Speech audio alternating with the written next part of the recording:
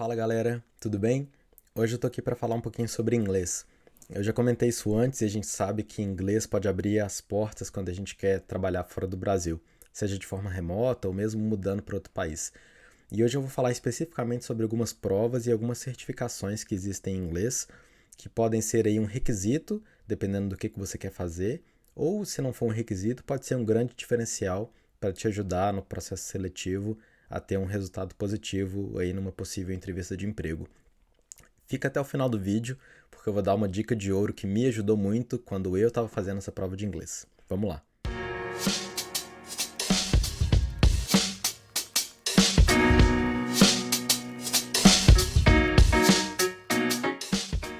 Se você já estudou um pouquinho sobre o assunto, você sabe que existem várias provas e certificações de inglês que são reconhecidas aí internacionalmente e que muitas vezes é exigido por a imigração ou por uma empresa que você está fazendo entrevista, ou mesmo se o seu plano talvez é um pouquinho diferente, talvez você está pensando em ir fazer uma especialização, uma pós, vai estudar um pouco antes de conseguir um emprego em outro país, várias instituições de ensino também exigem essas provas. E como eu comentei, mesmo que não seja uma exigência no seu caso, é um diferencial legal você ter uma certificação dessas, porque é uma prova de que você realmente fala inglês.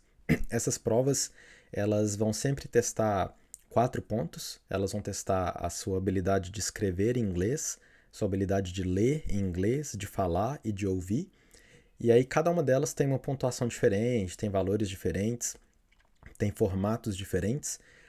E é bom você dar uma pesquisada e entender qual que é a sua situação, porque dependendo do que você quer fazer, você vai precisar fazer uma prova específica, ou talvez duas dessas provas são aceitas, e aí tanto faz. Então ter essas informações é importante para você não perder tempo, e nem perder dinheiro, e nem estressar demais porque fez a prova errada que não é aceita na empresa que você está aplicando ou no país que você tá indo. Então dá uma olhada nisso antes. Mas vamos lá, vamos falar sobre essas provas. Eu vou deixar o link de todas as instituições aqui na descrição do vídeo, que aí você pode ler mais informações lá sobre essas provas também. A primeira prova que eu quero comentar é o TOEFL.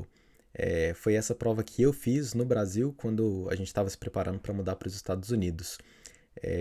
Ela é uma prova bem famosa, muita gente conhece, e o TOEFL, essa sigla que significa Test of English as a Foreign Language, ela é uma prova que, assim como as outras, né, vai testar aquelas 4 áreas que eu comentei, de escrita, leitura, fala e audição.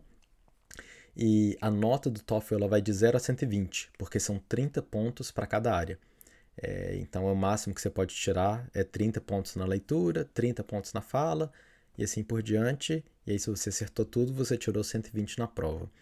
Essa prova ela custa US$ 250 americanos na data deste vídeo, que é dezembro de 2021. Esse valor aí está sempre ajustando, né? E ela tem alguns formatos diferentes, assim como as outras provas também. Então, mais uma vez eu já comentei sobre isso, mas é importante saber o que você vai precisar, o que vai ser importante para você.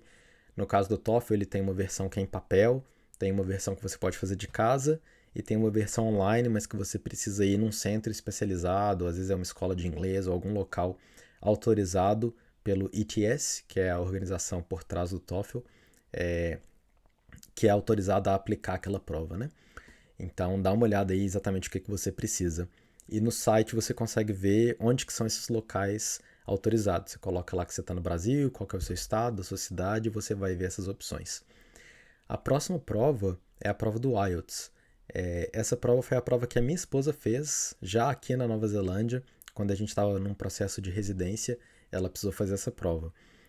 A nota do IELTS ela vai de 0 a 9, sendo 9 a nota máxima, e ela tem uma diferença para o TOEFL, que é a parte da fala, que ele está testando a fala, é com uma pessoa mesmo. Você senta ali com uma pessoa, vida real, ao vivo, para poder conversar em inglês com aquela pessoa. E aí é legal saber disso porque tem algumas pessoas que acham que vão ficar nervoso, que não vai dar certo e preferem então optar por uma outra prova em vez do IELTS. Mas também tem pessoas que falam, eu consigo desembolar melhor se eu estiver conversando com uma pessoa mesmo, então eu vou preferir o IELTS em vez do TOEFL, por exemplo. Né? Nessas outras provas, essa parte de fala ela é gravada no computador, vai ter uma pessoa sim que vai te avaliar individualmente depois, mas não ele na hora. Você está gravando a sua resposta e alguém depois vai assistir o seu vídeo. A prova do IELTS ela custa entre R$ 1.000 a R$ 1.150, dependendo aí também de qual modelo, para que é que você precisa dessa prova. A próxima prova é o PTE. Ela é um pouco menos conhecida, talvez, que é a Pearson English Language Test. Estou olhando minha cola aqui. Essa prova do PTE, ela também é aceita em vários países, em várias empresas e em várias escolas, mas ela é um pouco menos conhecida e ela tem menos disponibilidade no Brasil, pelo que eu pesquisei. No caso do TOEFL e do IELTS, tem mais lugares credenciados, vamos dizer assim, no Brasil que aplica essa prova do que o PTE. O custo dela é de US$ 200 americanos e a nota dela vai de 0 a 100, que é um pouquinho mais próximo do que a gente está acostumado com as escolas aí no Brasil, né? Ter uma nota de 0 a 100. E a última prova é o CAE, ou CAE, que é o Cambridge Assessment. O Cambridge Assessment English é uma prova de Cambridge e ela é um pouquinho diferente das outras porque ela tem várias modalidades e muito mais opções do que as outras que eu comentei até agora.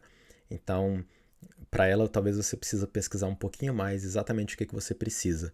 As notas dessa prova elas são em letras, então você tem prova A, B, ou C1, C2, e tem essas certificações também com essas letras diferentes. Então eu tenho a certificação C1 de Cambridge, que é um inglês avançado, ou talvez tenha a certificação que é voltada para trabalho, para business, e aí você tem que pesquisar direitinho o que você precisa. Como tem muita variação, o preço dela também tem uma variação maior. Tem prova de Cambridge que custa R$ 300 e tem prova que custa R$ 1.000. E aí, novamente, depende do que você vai precisar. Essas provas, todas elas, TOEFL, IELTS, PTE, Cambridge, geralmente elas duram de 2 a 3 horas. Então é legal você se preparar nesse sentido. Todas elas vão avaliar aquelas 4 áreas que eu já comentei. E para o TOEFL, o IELTS e o PTE, a certificação ela dura 2 anos. Para o Cambridge é um pouquinho diferente dependendo do que você for fazer.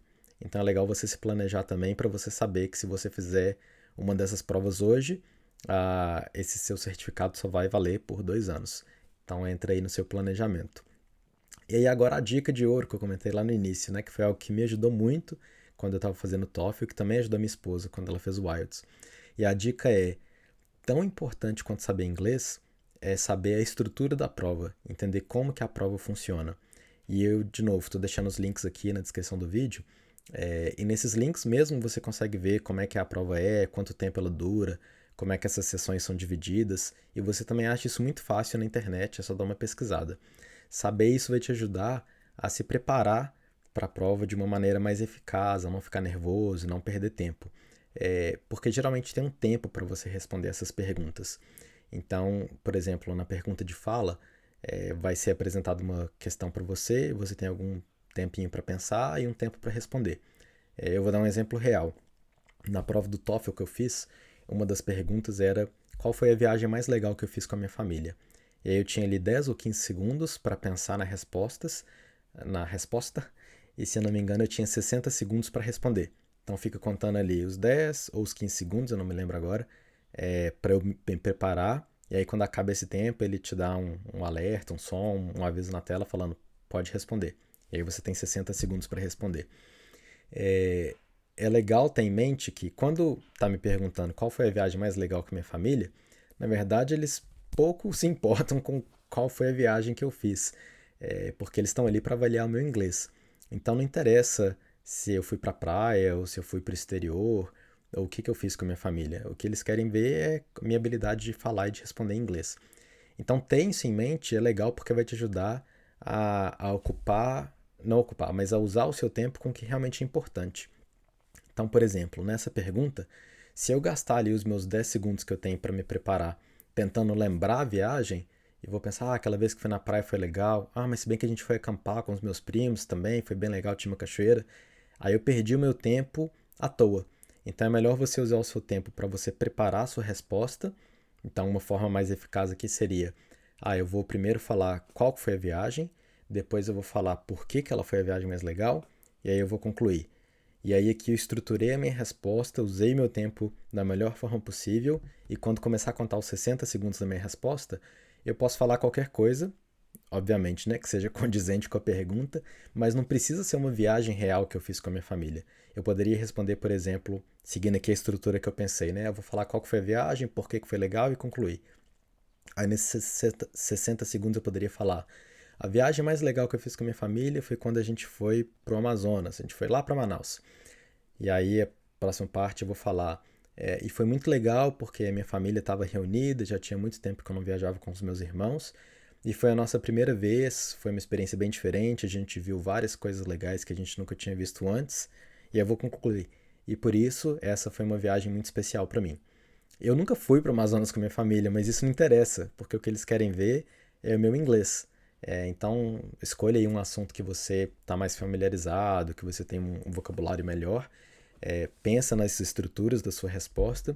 Esse aqui foi só um exemplo, obviamente, mas o ponto principal é entender a estrutura da prova, entender como a prova funciona, quanto tempo você tem para responder, qual que é a ordem das questões, exemplos de perguntas, tudo isso aí você consegue encontrar online. Isso aí vai te ajudar a estar muito mais preparado para a prova. E sempre tenha em mente, eles estão testando meu inglês. Eles não querem saber da minha vida, nem nada disso, a minha opinião política ou minha preferência de música. Eles estão aqui para testar meu inglês. E aí isso aí vai te ajudar a estar concentrado e responder de forma mais eficaz as perguntas. Beleza? Então é isso aí. Espero que tenha gostado. Boa sorte na sua preparação para o inglês. Deixe aqui nos comentários se você já fez alguma outra prova, se você já fez alguma dessas provas que eu falei aqui, como é que foi a sua experiência. Se foi uma prova diferente, fala aí qual foi a prova para a gente ter mais opções para dar uma olhada também. Se inscreve no canal, não esquece de acessar o nosso site, o vambora.com.br e seguir as redes sociais. E é isso aí, boa sorte, sucesso sempre!